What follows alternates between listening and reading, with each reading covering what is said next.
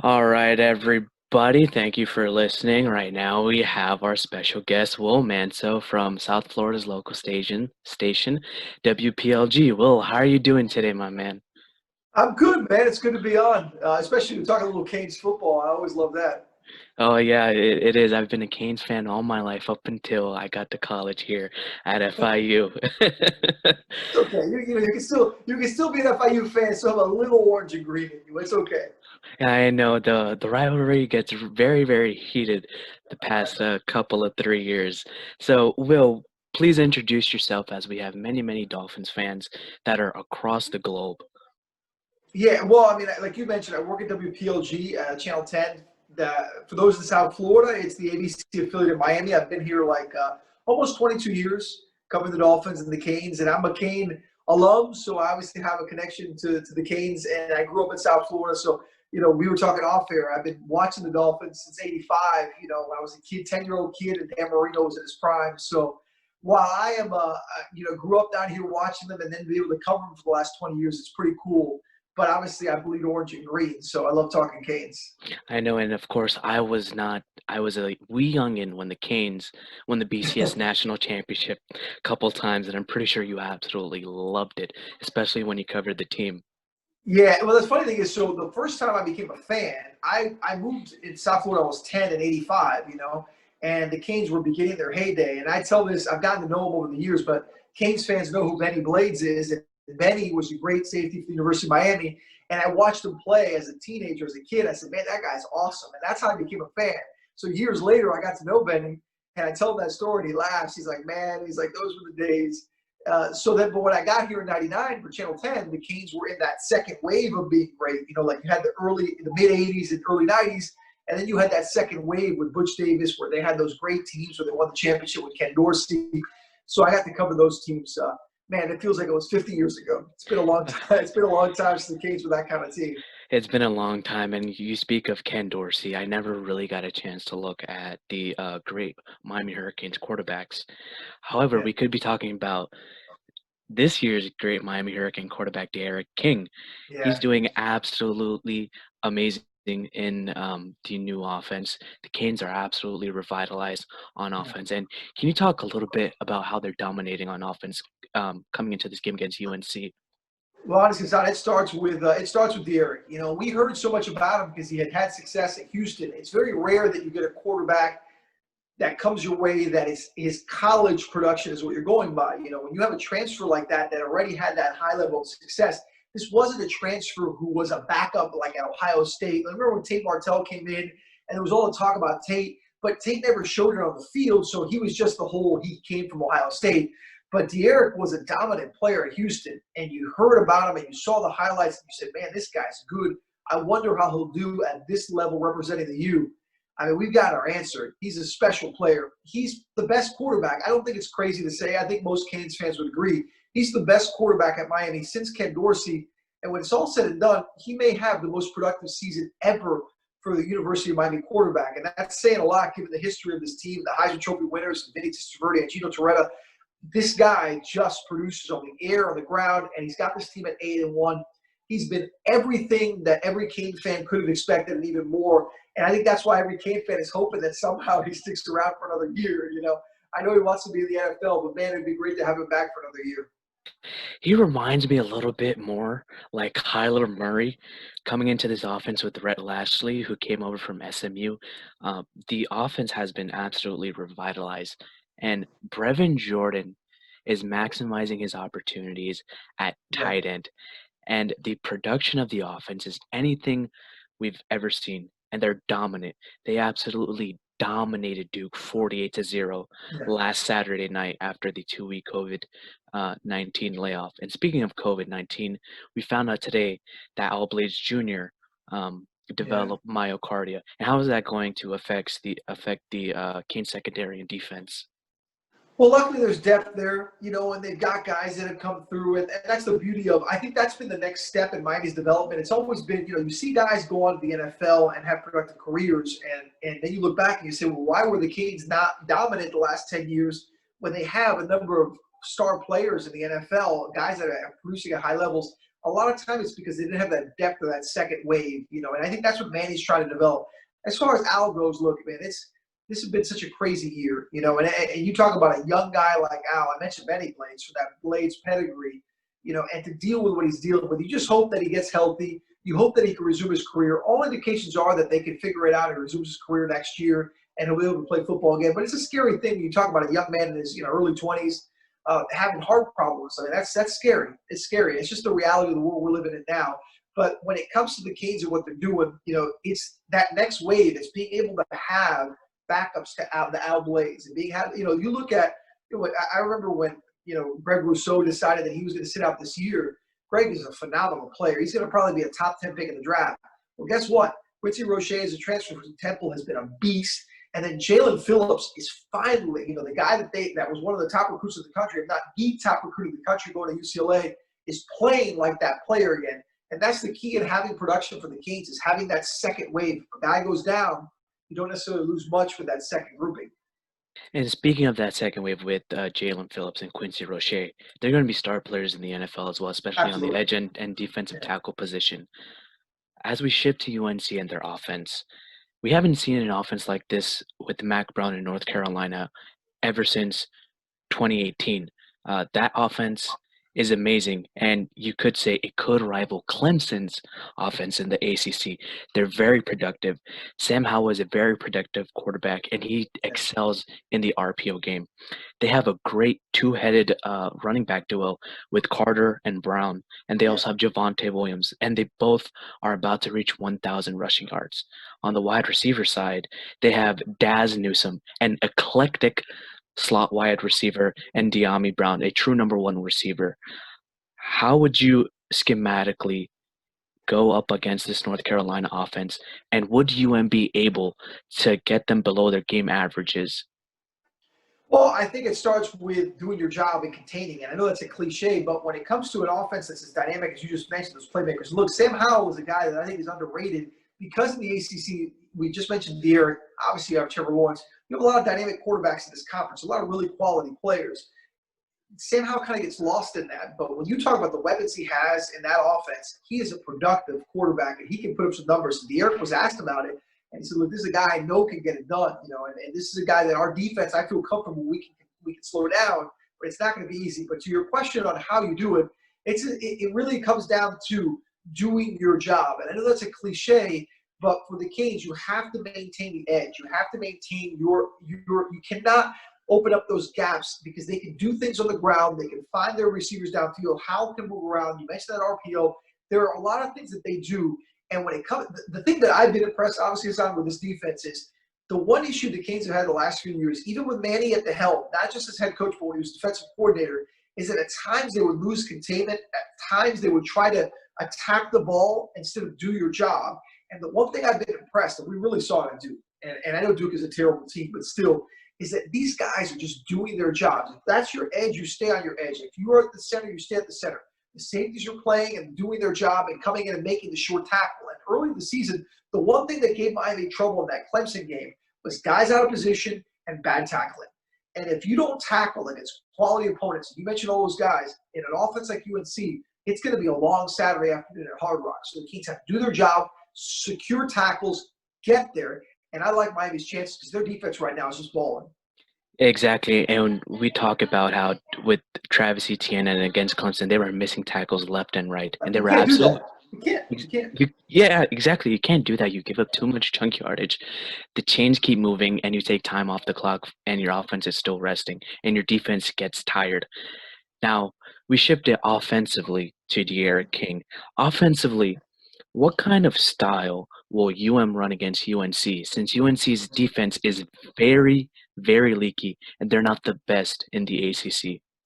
I think that's where Miami has the advantage. I think if defensively they just do their, we talk about doing your job. If they could just slow down UNC, make sure that they don't get comfortable. And again, you tackle properly, you maintain your position. It just make this a game where you kind of allow UNC's offense to be a little sluggish, and you turn it over to Miami's offense to do this job. When you look at Miami's offense, with their running game, they're two young running backs, and Chaney's been good, and Knighton showed a bit when he's healthy. But I think obviously Cam Harris is the guy that you turn to. We saw the explosive plays against Duke. they have the ability, I think, to punch you enough in the ground game that De'Aaron can then, you got to worry about De'Aaron running, but De'Aaron can then find his playmakers. And I think what's been interesting the last month more than anything, Hassan, is that they have figured out a way, whether it was because the receivers were challenged or whether it's because just offensive-wise, Rhett Lashley has gotten a little more comfortable with these guys. They're finally making plays with the receivers. And as much as you mentioned, look, Brevin Jordan and Will Mallory, there may not be a better 1-2 punch at tight end in the country. Those are enormous weapons for a quarterback to have. But wide receiver play has to be good. And we have finally seen this. And Mike Harley with the big play. We're finally seeing the receivers getting involved. And Miami couldn't survive this season and be a top 10 team if their receivers didn't wake up. And in the last month, they've done that. So when you talk about attacking UNC, it's got to be in the same way they've been doing it. You got to run the ball. You got to commit to the run. You got to play action. You got to run, De'Aaron, make his choices. But you got to take shots downfield. UNC's defense is definitely not their strength, and I think there'll be plays there for Miami to make, and I think you're seeing the comfort level in Lashley's offense and with King leading the way to make those plays downfield. I think that's the way you've got to attack UNC. You cannot be timid. You got to go after it and believe that you can keep doing what they've done in the last month. Especially comfort and experience comes with playing time. And with Yes. that comfort and experience, you get efficient football. You get big plays down the field, and you score a lot. Now, if UM Finish drives, score dominate, touchdown. Yeah. 4 touchdowns, 5 touchdowns, blowing teams out 20 to 30 points. Now, if UM absolutely blows out UNC, kind of like how they did with Duke, either 35-7, 48-0, 52-10, could they move up in the college football playoff rankings where they could compete for a New Year's Six bowl? To me, I honestly think that if Miami finishes these two games, first of all, let's hope they play these two games. Let's hope there's no COVID setbacks or any kind of wildness, because we know that this has been a weird season and things happen. But if Miami wins these two games, no matter how they win them, and they're 10-1, and they have coasted through their season, and the only loss they had was against Clemson, at Clemson, with Trevor Lawrence playing, I think they have to be a New Year's Six bowl team. I really do. Now, to your point about them, if they can dominate UNC, sure, that would look good. This week, look what happened. They beat Duke 48-0, and they went nowhere, in the polls. I think the polls just looked at it, and the pollsters and the voters, and they said, well, Miami beat 48-0, Duke's terrible. There are other teams that we feel are better. But I think Miami takes care of business against NC, and it's a good win. It doesn't have to be 48-10, 48-7, 35-7. But, they win by a couple touchdowns, win by 10, 14 points, and look good. Close out the season with a win. I think that things will fall into place with other teams losing, that this will be a New Year's Six bowl team. I really do. I think they'll get that opportunity. I think they're a team that could, quite frankly, I think they'll be in the Orange Bowl, representing the U in the Orange Bowl against maybe a Florida or a Texas A&M. I think that's the direction their season goes, but they have to win these final two games. Yes, we would love to see a New Year's Six bowl, especially in the Orange Bowl at home against UF or Texas A&M. That'd be great. Yeah, That would be fun. And if they do clinch that New Year's Six bowl, how does that look on the recruiting aspect side to get some of these high schoolers across the nation and bring that extra talent in, build that depth, and make a run at the college football playoffs? And I think that's the next step, right? It's good that they're at this level now that we can have this conversation. It'll be better when we're having the conversation that they could be a national title contender. And to do that, they've got to get that next wave. They've got to get more big play receivers. They've got to have depth at that position. We mentioned that they've improved. Obviously, that's not their strength. They don't have high end. You don't have the Devonta Smith. You look at Alabama, what they have in Waddle. I mean, these are elite receivers. They don't have that right now. You want to get that eventually. But I think when you look at what Miami's doing, I think if you, recruiting-wise, Florida State's down. Florida's playing great. They're doing a great job. Dan Mullen's a very good head coach. He's going to get his players. But I think Miami's in the position now that if they go 10-1, it's there, man. It's there to say, maybe the U's not back, but we're getting closer, and you can be the reason we get back to that national prominence to compete for national title. And Manny Diaz was asked this week about recruiting, how it's going, and all the craziness in COVID. And he said, look, it's not easy. It's hard to do. But I think we're representing ourselves well, and we're winning games, and we're showing teams and young players and high school teams and coaches that we are doing it the right way, that you have the opportunity to be part of it. I think kids in South Florida want to play for Miami, and I think that the more Miami wins, the more there's a chance that these players will say, I want to sign there and play at Miami. Yeah, my dream was playing for the Miami Hurricanes as a wide receiver. Who doesn't want to do that, man? I don't have the I physicality want to for be it. that quarterback. I wanted to be that next Vinny Testaverde, man. It didn't Yeah, work I out. have the mental aptitude, but not the physical Skills features. aren't there. Yeah, I get And it. we're talking about these Miami teams, doing well this season. We had the Marlins go to the playoffs. We had the Yeah. Heat, they made the finals, and I would have loved if they won. The Hurricanes could possibly go to a New Year's Six bowl. That could be our type of playoff. Inter Miami went to the playoffs. Yeah. Could we see the Miami Dolphins enter the wild card and possibly win a playoff game since 2000? I mean, they're man, honestly, they're right there. And look, their schedule is tough. Their closing schedule is tough, but that's the way it is in the NFL. I mean, you're going to have tough games, and obviously the Chiefs are. I mean, is there a bigger challenge than the Chiefs in the NFL? No. Patrick Mahomes and that offense and that team, 11-1, and what they did in the Super Bowl last year at Hard Rock Stadium. It's an elite team. It's a good test. They probably will not pass that test from a winning perspective. You got to think the Chiefs are the favorites for a reason. And nobody's going to be shocked if the Chiefs come into town and beat the Dolphins. But I think it's a good measuring stick to see where you are, that you can hang tough and play a game. Sure, you'd love to win. I don't want to have a loser's mentality. But the reality is it's those final three games. You play the Patriots. The Patriots have played a little better of late, but they're still not. We can all agree they're not the same Patriots. That's a team Miami has to get over the hump and beat. You've got to beat the Patriots. And then the Bills, who they played tough earlier in the season, but the Bills we've seen, look, they're a good team. They're going to likely win that division. That's a tough matchup. And the Raiders, who have been, up and down, that's a game. To me, it's 2 wins, right? If you win 2 more games, I feel that you'll be a playoff team. It's not guaranteed because the AFC is very stacked this year. There's some good teams. But as a fan, as a media member and as a fan, you look, if the Dolphins go 10-6 in year 2 of Brian Flores, year 1 of Tua Tagovailoa, you have all these draft picks coming your way, including 2 first-round picks. You have free agent cap space. You have a number of young players you develop. You have 2 lockdown corners that you've already signed long-term at Xavier Howard and Byron Jones. Man, if the Dolphins go to 10-6, that's a hell of a season. And I would love to say that's a playoff season. Obviously, it may not happen. They could go 10-6 and not make the playoffs. But as a Dolphin fan, again, you step back and you say, holy cow, 10-6 in year 2 of a rebuild, year 1 of our young quarterback, you got to be ecstatic as Dolphin fans. So let's hope they can at least get 2 more wins the rest of the way and get there. If you told me we would be 7-5 towards this week, I would have thought you were nuts. I would But have thought you were nuts. But then to get to 8-4, and then to be in the, to win some of the games they've won and be in tough positions. I honestly, I'll be honest with you. I said the Dolphins' window this year was 7-9 to 9-7, right? I picked them to go 7-9. I said if everything falls into place, maybe 9-7. But even 9-7, in my opinion, was a little high end because you figured Tua was going to play at some point, and he would probably struggle as a rookie.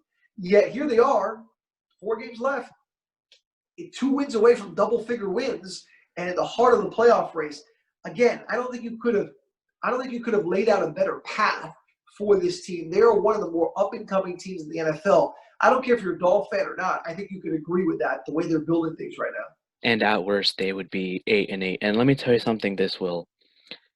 It is a very possible chance Miami does win against the Chiefs. And Dolphins, stay tuned as I I will hope be so. breaking down the offense and defensive nuances of how Kansas City plays and how Miami can use their strength to defeat their weaknesses. And Will, final thoughts. Yeah. What are you doing there at WPLG? What do you expect to do in the future? Well, right now, man, things have changed. It's so funny how you plan day to day, given everything that happened with COVID in 2020, man. First of all, I can't wait till 2021. I think we all can't wait till 2021. But I've been, Exactly. it's been a fun. I've been here 20 plus years, almost 22 years, and this year with everything changing, of not being at games, covering. Look, this Zoom that we're doing, like me being in my room. I mean, this is something I've gotten used to. It's a weird world, man, of not being at games. And we just started going back to the Dolphins game and covering again. But it's just a matter of covering our teams. Hopefully, cover some championships. 22 years. So what's the one thing I've never done? I covered a Canes championship. I covered Marlins World Series. I've covered multiple Heat finals. I never covered the Dolphins in the Super Bowl, and I cannot wait to the day that comes. And hopefully, in the next few years, I'll be able to do that, man. I don't think anybody in this fan base can't wait any much longer. Will Manso, Cannot wait. thank you so much for hopping on this edition of the Saturday Scouting Combine, and thank you so much. And everybody, make sure you follow Will Manso on Twitter. and check him out at WPLG ABC news station down here in South Florida. It's not my pleasure, man. Keep up the great work, and I'll be tuning in. And go Dolphins. Go Dolphins, fins up, and go Canes too. You got it.